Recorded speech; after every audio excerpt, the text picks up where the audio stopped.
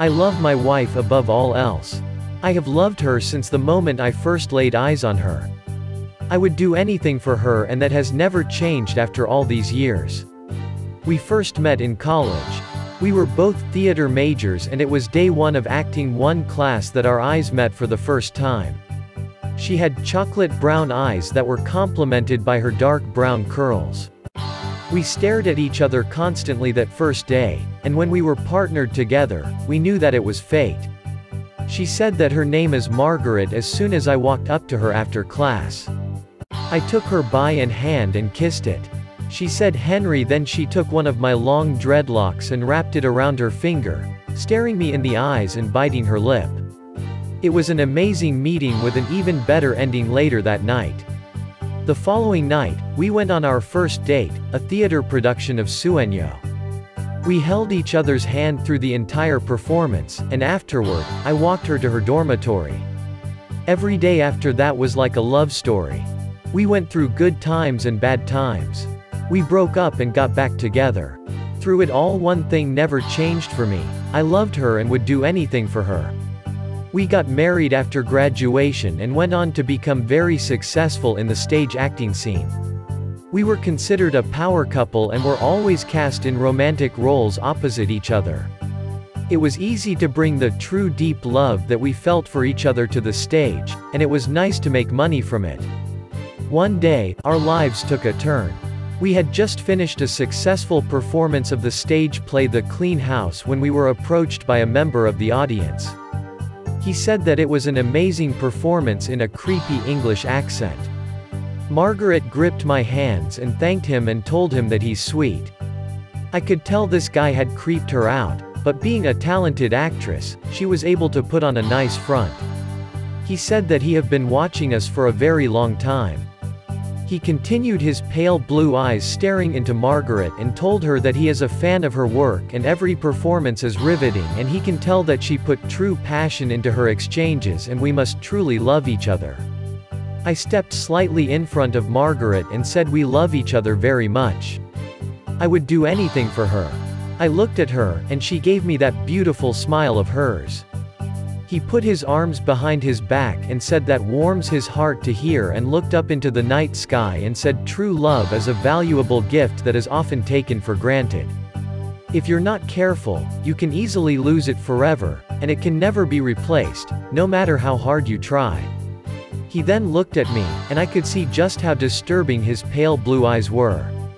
Hold on to that gift. Cherish it forever. He began to walk away before I asked the question that had been bothering me since we met. I yelled at him and asked who he is. He stopped and turned his head and said, "Your biggest fan." He then walked away. Margaret and I looked at each other, baffled at what had just taken place. Later that night, we were sitting on our couch watching a movie when suddenly there was a knock at the door. Margaret wondered who that could be as she got up to see who it was. She looked at the peephole and froze in place before taking a single step back and opening the door. Standing just outside the door was the same man we had talked to earlier that night. He stood there with his arms behind him, his pale blue eyes shining like the moon. I said, "Honey?" I stood up from the couch to join Margaret at the door. She told the man, "Please come in." I was shocked and yelled, "What is she doing?" and ran to get the door, but the man stepped inside before I got there and began to stroke her face. When I finally got to them, I threw my fist and connected with his face, knocking him back outside. I quickly slammed the door and locked it. I turned to Margaret, who was in some sort of a trance. I tried to snap her out of it. I kept yelling at Margaret to wake up and shaking her. There was nothing I could do to get her to respond. I shook her, slapped her, even splashed water in her face. Nothing would work. Suddenly, the lights in the house went out. I looked around until I saw the silhouette of a man standing outside our living room window. I blinked and it was gone. I began to panic and ran to the gun safe in our bedroom. Despite being theater nerds, we were very well trained in self-defense and firearms. We could each hold our own if our lives were in danger, and if there was ever a time to put that training to use, it was now. When I got back to the living room, I immediately raised my weapon. There stood the strange man holding Margaret by the face. I yelled at him to let go of her and aimed at his head. He looked at me and the only thing I could see in the darkness was glowing red eyes. He then turned his head to Margaret and I fired, hitting him directly in the head. He fell to the floor hard and I ran over. Margaret fell over too, but I caught her before she hit the ground. She still would not respond, her eyes wide open in a trance.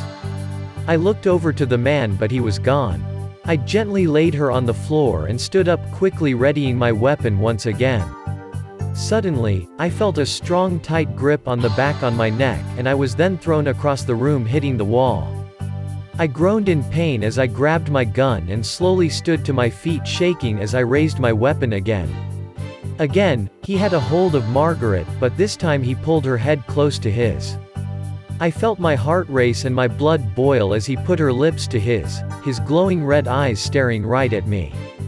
I screamed as I ran towards them. He then pushed her to the side and opened his arms to me as if inviting me to fire on him again. I obliged and fired 5 rounds into him, but all he did was allow them to connect as he laughed. I ran up to him but he grabbed me by the throat before I could do anything. He pulled me close to his face and I could see every horrifying feature. Not only did he have demon-like eyes, but his face was covered in disgusting pulsating veins. In his mouth were 2 sharp fangs and a long slimy tongue which rubbed against my face as if tasting me before taking his first bite. I lifted my gun to the arm that had a hold of me and fired twice. He growled in pain as he released me and I connected the butt of my gun to his face repeatedly. He fell to the floor and I mounted him, smashing his face more and more, harder and faster. I could feel the blood gush and spray all over as the bones in his skull crack and collapse. By the time I was done there was nothing but smashed bone, brains, and blood. I panted as I stood back up and limped over to Margaret, who was now fully unconscious. I shook her and she finally opened her eyes, looking into mine with fear and confusion. I said Margaret and started to feel she was all right. I held her close and we laid there until I looked over to where the body of the stranger should have been. He was gone and panic arose once again and we both stood up quickly. I turned to face Margaret and screamed when I saw him standing behind her, still in the process of regenerating his face. Before I had a chance to react, he sunk his fangs deep into Margaret's neck. She screamed in pain as I screamed in rage, hitting the monster in the skull once again with my gun. I felt bone crack again as he released her. Again, I mounted him and went to work, growing exhausted the longer it went. I knew this wouldn't last as he would surely regenerate again. It soon became obvious what exactly I was dealing with. He had put Margaret into a trance merely by looking at her, even looking through a peephole. It wasn't until he invited him inside that he actually got in. He had glowing red eyes and fangs and he bit Margaret in the neck. I thought to myself that he is a vampire. While he was down, I ran to the kitchen and grabbed an old wooden brook.